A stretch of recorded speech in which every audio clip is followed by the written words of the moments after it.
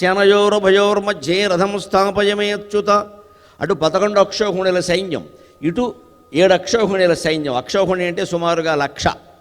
21,870 రథాలు, 21,870 ఏనుగులు, 65,610 గుర్రాలు, 1,09,350 మంది సైనికులు. ఈ మొత్తం యూనిట్ అంతా కలిపి ఒక అక్షౌహిణి అంటారు. అటువంటి 11 అక్షౌహిణీలు కౌరవ సైన్యంలో ఉన్నాయి, 7 అక్షౌహిణీలు పాండవ సైన్యంలో ఉన్నాయి. గుర్రాలు ఏనుగులు గొడవ తీసేయండి, మనుషులు లెక్క పెట్టుకున్నా 1,00,000 మంది వేసుకున్నా 11 లక్షల మంది అక్కడ ఉన్నారు, 7 లక్షల మంది ఇక్కడ ఉన్నారు. ఈ అటు 11 లక్షలు ఇటు 7 లక్షలు దగ్గరకు వచ్చాక మధ్యలో ఊరికే ఓ 25 గజాల దూరం మాత్రమే ఉన్నాక అప్పుడు ఈయనకి నీరసం వచ్చింది. ఆ నీరసం కూడా ఎందుకు వచ్చింది? అర్జునుడికి పరాక్రమం తక్కువ అవడం వల్ల రాలేదు, కౌరవ సైన్యాన్ని చూసి భయపడడం వల్ల రాలేదు, మమకారం అడ్డొచ్చింది దీనికి. భీష్ముడు కనబడ్డాడు ఎదురుగా, సేనాధిపతి, కౌరవ సైన్యాధిపతి. వెంటనే పాపం అర్జునుడికి బాల్యస్మృతులు గుర్తొచ్చాయి. వెంటనే తాతగారు అభిమన్యుడికి ముత్తాత అవుతాడు. మా తాతగారు చిన్నప్పుడు నేను ఆడుకుంటూ ఉంటే రారా అర్జున అని మట్టిలో ఆడుకునే నన్ను బట్టలు పాడైపోతాయని కూడా ఆలోచించకుండా ఒళ్ళో కూర్చోబెట్టుకుని ఆడించాడు మహానుభావుడు. ఆయనతో యుద్ధం చేసి ఆయన నేను చంపన, ఎంత తప్పు. వెంటనే ద్రోణాచార్యుడు కనిపించాడు. అయ్యి బాబోయ్, మా గురువుగారు ఎంత శ్రద్ధగా విద్య నేర్పారు. ఎన్నో సందర్భాల్లో తన కుమారుడైన అశ్వత్థామకు కూడా చెప్పనటువంటి రహస్యాలన్నీ నాకు చెప్పారు. ప్రియశిష్యుడని అటువంటి గురువుతో నేను యుద్ధం చేయడమా? ఎంత దారుణం! యుద్ధం ఇంత భయంకరమా? నా గురువుతోనా, నా తాతతోనా నేను యుద్ధం చేసేది? ఆ వెంటనే అశ్వత్థామ కనపడ్డాడు. అశ్వత్థామ అంటే ద్రోణాచార్యుడు కుమారుడు. అర్జునుడు అశ్వత్థామ ఓ కంచంలో తిన్నారు, ఓ మంచంలో పడుకున్నారు. అంత స్నేహం, గురుపుత్రుడని. నా స్నేహితుడు, రాత్రింబగళ్ళు అతనితో గడిపాను నేను, కష్టసుఖాలన్నీ అతనితో పంచుకున్నాను. ఒక బ్రాహ్మణుడు కుమారుడు, ఒక గురువు కుమారుడు, ఆ గురుపుత్రుడితో నేను యుద్ధం చేయనా? అంచేత అర్జునుడికి యుద్ధం చేయకుండా ఉండడానికి కనిపించిన కారణం అహంకారం కాదు, మమకారం. కానీ ఆ మమకారం కూడా ఎలా వస్తుందంటే ఎవరికైనా అహంకారం మూలంగానే వస్తుంది. అహంకారం అంటే నేను, మమకారం అంటే నాది. నేను లేకుండా నాది రాదు, గమనించండి. నాది అంటే ఇప్పుడు ఇక్కడ ఈ చెంబు గ్లాసు పెట్టారు, ఇవి నాది, ఇక్కడికి మీరు ఎవరు రారు కదా. కానీ ఎంతసేపు నాది?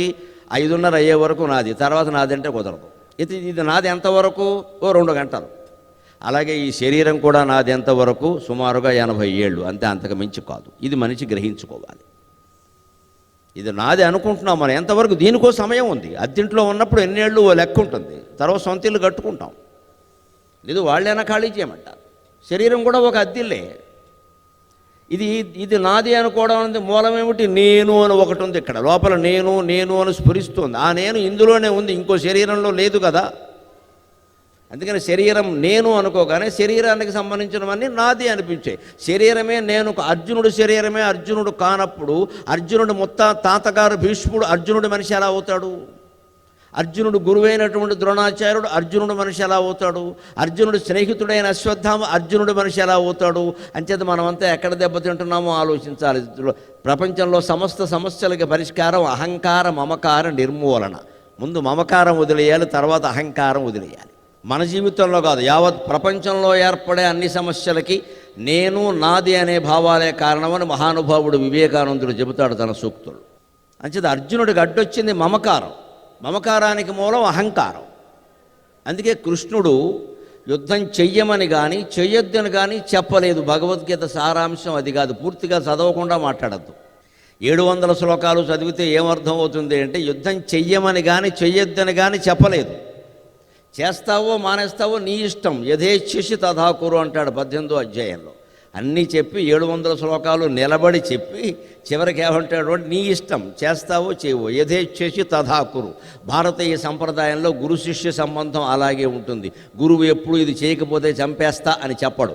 నేను అన్నీ చెప్పాను పాఠాలన్నీ, నీ ఇష్టం, నీ జీవితం నువ్వు నిర్ణయించుకో. ఇది భారతీయ సంప్రదాయం. భారతీయ సంప్రదాయంలో చాలా ప్రధానమైనది ఏంటంటే నీ కాళ్ళ మీద నువ్వు నిలబడాలి నీ జీవితం కోసం, నా కాళ్ళ మీద పడే ప్రయత్నం చేయకు. ఇదే భారతీయ సంప్రదాయం. మనం అసమర్థత వల్ల, ఆత్మన్యూనత వల్ల ఏమనుకుంటామంటే ఎవడ కాళ్ళ మీదో పడగానే మనకేదో జరిగిపోతుంది అనుకుంటాం. ఏం జరగదు. అంచేత కృష్ణుడు తన కాళ్ళ మీద పడి నేను చూసుకుంటానని చెప్పాను. ఇష్టోషిమే సఖా చేసి, నువ్వంటే నాకు ఇష్టమయ్యా, నా స్నేహితుడు నువ్వు ఇలా పడిపోవడం ఏమిటి? పైగా యుద్ధం వచ్చాక మన ఇంటి దగ్గర చెప్పినా, రాత్రి బయలుదేరే ముందు చెబితే అర్జునుడికి యుద్ధం చేయడం ఇష్టం లేదు అంటే పాండవులు నిర్ణయించుకునేవారు, యుద్ధమే రద్దు అయ్యేది. అన్నిటికీ సిద్ధపడి ఇక్కడికి వచ్చి యుద్ధం మొదలవుతుంటే ఇంకో కాసేపట్లో భీష్ముడు శంఖం ఊదుతాడు, భీముడు శంఖం ఊదుతాడు అనే పరిస్థితుల్లో నువ్వు యుద్ధం మానేస్తానంటావా? శత్రు సైన్యానికి ఎంత చులకనైపోతావు అంటే అన్ని రకాల పరీక్షలు ఎదుర్కొని, రాత పరీక్షలు, ఇంటర్వ్యూలు అన్నీ అయ్యాక, ఉద్యోగంలో చేరాక, ఒక్కరోజు పనిచేసి సాయంత్రం బస్సు ఎక్కి పారిపోతే నమశివాయ. ఎవడు కాపాడతాడు? ఏంటంటే నాకు ఆ వాతావరణం నచ్చలా. 10 రోజులుంటే నచ్చుతుంది, ఎక్కడ బతకట్లేదేంటి? ఇది బెదిరిపోకుండా ఉండడం. మొదట 5-6 రోజులు, 10 రోజులు, నెలలాళ్ళు వాతావరణం భిన్నంగానే ఉంటుంది. అర్జునుడికి అక్కడ భిన్నంగానే ఉంది. తట్టుకోవాలి. తట్టుకోలేక బావా నేను యుద్ధం చేయను అన్నాడు. అతను చెప్పిన కారణం విచిత్రం. అందుకే కృష్ణుడు చెప్పాడు, నువ్వు యుద్ధం చేయమని నేను అనడం లేదు, యుద్ధం మానేస్తున్నాను అనడానికి నువ్వు చెప్పిన కారణం ఉందే, కారణం తప్పు, నువ్వు కారణంతో యుద్ధం చేయన్నాడు. ఏం చెప్పాడు ఆయన కారణం? ఆచార్యాన్ మాతులాన్ భాతృన్ పుత్రాన్ పౌత్రాం తథైవ చ అన్నాడు. నా ఆచార్యులతో, నా మేనమావలతో, నా తాతగారితో, నా స్నేహితులతో నేను ఎలా యుద్ధం చేయను అంటే నీ బంధువులు, నీ మిత్రులు ఉండబట్టి యుద్ధం చేయనట్టు. వేరే వాళ్ళు ఉంటే శుభ్రంగా అడ్డంగా నరికేస్తావు కదా. ఇది మనిషి స్వార్థం. ఇది మనిషి స్వార్థం. మనం కూడా ఆధునిక ప్రపంచంలో చాలా సందర్భాలు, ముఖ్యంగా రాజకీయంగా ఎలా ఆలోచిస్తామంటే, మనం ఆ నాయకుడు ఎంత దుర్మార్గుడవని, వాడు లక్షల కోట్లు మింగేని, వాడు దురహంకారి కానీ ఏమంటామంటే మా అబ్బాయికి ఉద్యోగం వేయించాడు అందుకే నేను ఓటు అడిగేస్తానంటావు. నీకేదైనా వ్యక్తిగతంగా మేలు చేస్తే ఇంటికి వచ్చి కాఫీ ఇచ్చుకో, ఇంటికి పిలిపించి బట్టలు పెట్టు. అంతేగాని ఓటు వేయడానికి నువ్వు ఆలోచించాల్సింది నీకు చేసిన మేలు కాదు, దేశానికి చేసిన మేలు ఏమిటని ఆలోచించాలి. అది ఆలోచన. అప్పుడు నా ఎదురుగా కూర్చున్న ఈ యువతరం తలుచుకుంటే 10 ఏళ్లలో బ్రహ్మాండమైన మార్పు వస్తుంది. రాజకీయాల్లో సహా అన్నింటిలో మార్పు వస్తుంది ఖచ్చితంగా. మనం ఎప్పటికీ ఎలా ఆలోచిస్తామంటే నాకేం చేశారు.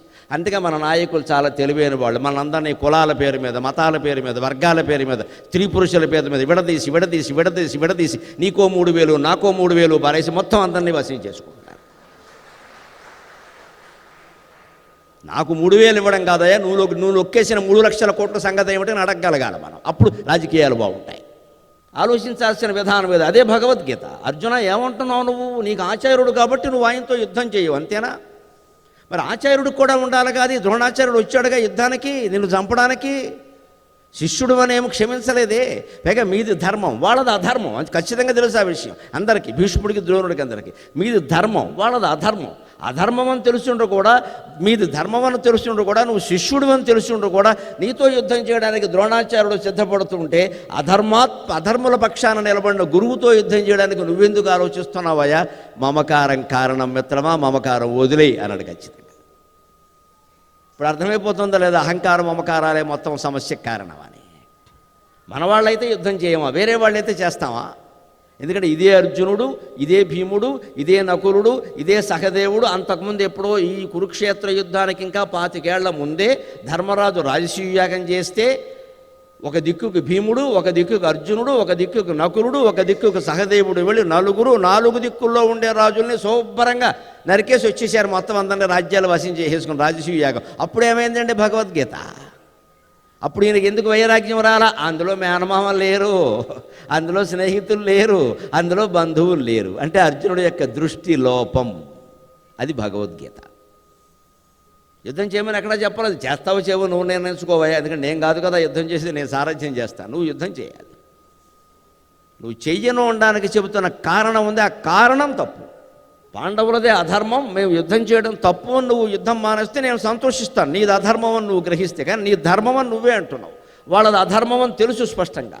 నీ భార్యను పట్టుకుని వాళ్ళు జుట్టెట్టుకుని లాగారు సభలోకి, వస్త్రాపహరణం చేశారు. వాడితో కూడా నువ్వు యుద్ధం చేయనంటావు. నీ శాంతమూర్తికి నమస్కారం అన్నాడు ఆయన. వాడితో కూడా సంధి చేసుకుంటావా? నువ్వు చేసుకుంటావు సంధి, నీ భార్య చేసుకుంటుందా సంధి? రేపొద్దున దుర్యోధనుడి పెళ్ళాం వచ్చి ద్రౌపదికి బొట్టెట్టి శ్రావణ మాసం పేరంటానికి రండి, సిగ్గు లేకుండా వెళ్ళడమేనా వస్త్రాపహరణం చేసిన వాళ్ళ ఇంటికి? మరి కలిసిపోతే అలాగే ఉంటుందండి. ఏదో జరిగిందమ్మా పొరపాటు. ఏదో జరగడం ఏంటి? వస్త్రాపహరణం ఏమైనా చిన్న విషయమా? అది ఏదో జరగడం ఏంటి? ఇలాగే మనం జీవితంలో చాలా ముఖ్యమైన విషయాల్లో రాజీ పడిపోతాం, చాలా తప్పు. డబ్బు విషయంలో రాజీ పడవచ్చు, పదవి విషయంలో రాజీ పడవచ్చు, ధర్మం విషయంలో రాజీ పడడానికి వీల్లేదు. అదే భగవద్గీత, అదే భారతీయ సంప్రదాయం. చేసింది అధర్మమైనప్పుడు, చెప్పింది అధర్మమైనప్పుడు పోరాడవలసిందే ఖచ్చితంగా. రాజీ పడే సమస్య లేదు. ప్రాణం పోతే పోగాక. ఎవరికంటే మనమేం గొప్పవాళ్ళం కాదు. ఇది భగవద్గీత. అందుకని నువ్వు చెప్తున్న కారణం తప్పయ్యా, నీ కారణంతో నువ్వు యుద్ధం చేయి. ముందు ఈ వదిలేయవలసింది అహంకారం మమకారాలని.